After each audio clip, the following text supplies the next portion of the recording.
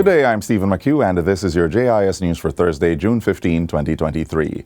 The commencement date for the Sexual Harassment Act is set for July 3, 2023.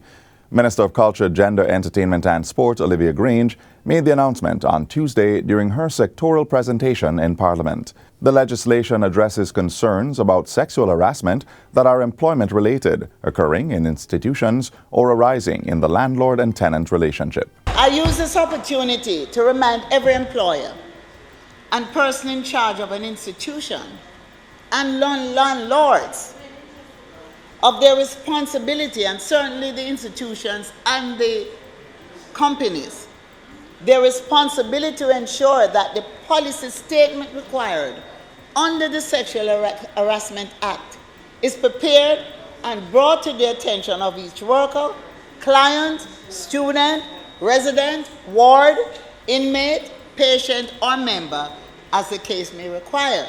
Minister Grange says 4 sexual harassment investigators have been hired and a helpline is also now in place for both women and men. I continue to urge the public to take sexual harassment seriously. It is not a simple matter, but rather serious crime that affects quality of life by creating an intimidating, hostile, or offensive environment. The Bureau of Gender Affairs has been holding sexual harassment sensitization sessions with the public while also assisting organizations to develop or revise their anti-sexual harassment policies in keeping with the law.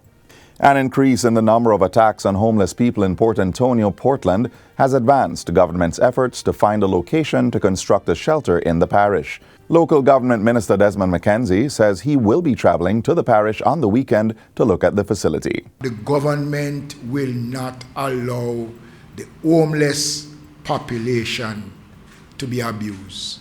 We will do everything that is within our powers to ensure that we find suitable and ideal accommodation for these persons right across the country. Minister McKenzie was speaking at this week's post-cabinet media briefing at Jamaica House. He also raised concerns about the possible closure of a hospice for persons afflicted with HIV/AIDS. Mr. McKenzie says discussions have started with the St. Patrick Foundation to see how the government can assist. According to him, the cost to run the hospice is an issue for the operators, and the government will be looking into the legal ramifications of taking over the facility. I just want to give the country the assurance that the government of Prime Minister Andrew Holness will do what is necessary to ensure that these facilities continue to offer the services that are required. The government runs some 13 infirmaries plus 2 golden age homes, and we do provide financial assistance, annual financial assistance to private homes or institutions right across the country, and we will continue to do so. Students in Manchester are being trained as peace ambassadors with the goal of instilling civic pride and fostering a culture of peace in their schools. This is being done through the Manchester Beliefs, Values and Attitudes program. It targets students at the primary and secondary levels, beginning with the Christiana High and Christiana Moravian primary and infant schools in the pilot phase. Minister of Education and Youth Fable Williams considers the program as an important step towards encouraging peace in schools. The pilot program that's being launched today is designed to train and equip you with the skills and knowledge that you need to become effective school ambassadors and junior JPs. We believe that by investing in you, we are investing in the future. The minister was speaking at the recent program launch held at the Zorn Moravian Church in Christiana. Students will be educated on the roles, functions and duties of good citizens, as well as the functions of the parish custos and justices of the peace. They will also be instructed in restorative justice procedures for children. You are not too young to know about the duties of the custos. You're not too young to know about the role of a justice of the peace. The Ministry of Labour and Social Security says there is no fraud probe being conducted by its internal auditors into the National Insurance Scheme, NIS. The clarification comes in response to media reports about a pension fraud probe. The ministry stating categorically that there is no fraud probe being conducted into the NIS at this time. We have not received any reports relating to the Postmaster General paying out more money than was disbursed to them by the NIS. However, given the serious nature of the reports in the media, the ministry's Chief Technical Director for Social Security, Audrey Dare Williams, says it is inviting external independent authorities to examine the allegations to ensure full transparency and accountability. We are assuring the public that the ministry takes the management of public resources seriously and that we continue to implement strategies to ensure the efficient and effective performance of our systems. Telecommunications Minister Darrell Vaz is calling on stakeholders in digital and sales marketing to incorporate data protection strategies in their use of artificial intelligence. Minister Vaz made the call during his keynote address at the SalesCon 360 conference and Tech Expo held at the Jamaica Pegasus Hotel on Wednesday. We must foster a culture of data ethics. Organizations must instill ethical principles within their AI systems and processes.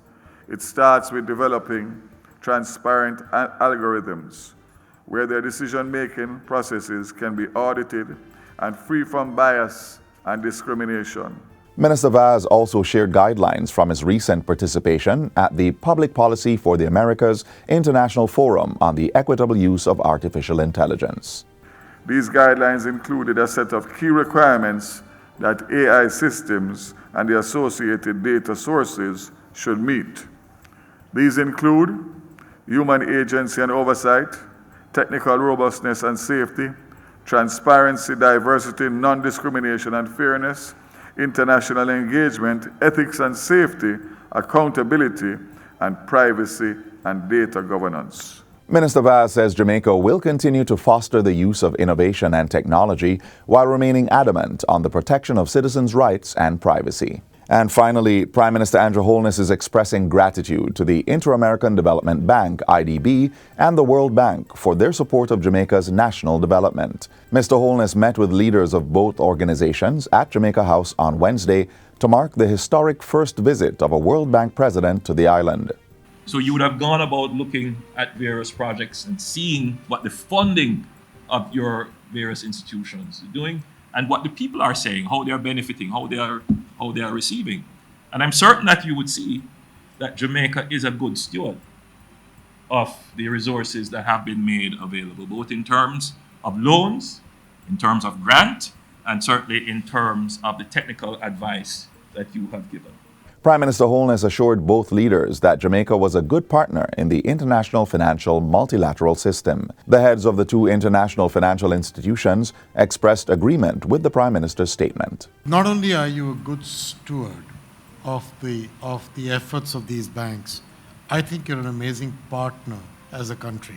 It is important to partner because what we do care is about the countries we serve. The new World Bank president, Ajay Banga, who took up the post on June 2, is on a tour of several countries. His visit is geared towards tackling the climate crisis and reinvigorating the Global Lenders Development Mission. And that's it for JIS News Today. I'm Stephen McHugh. Thanks for watching.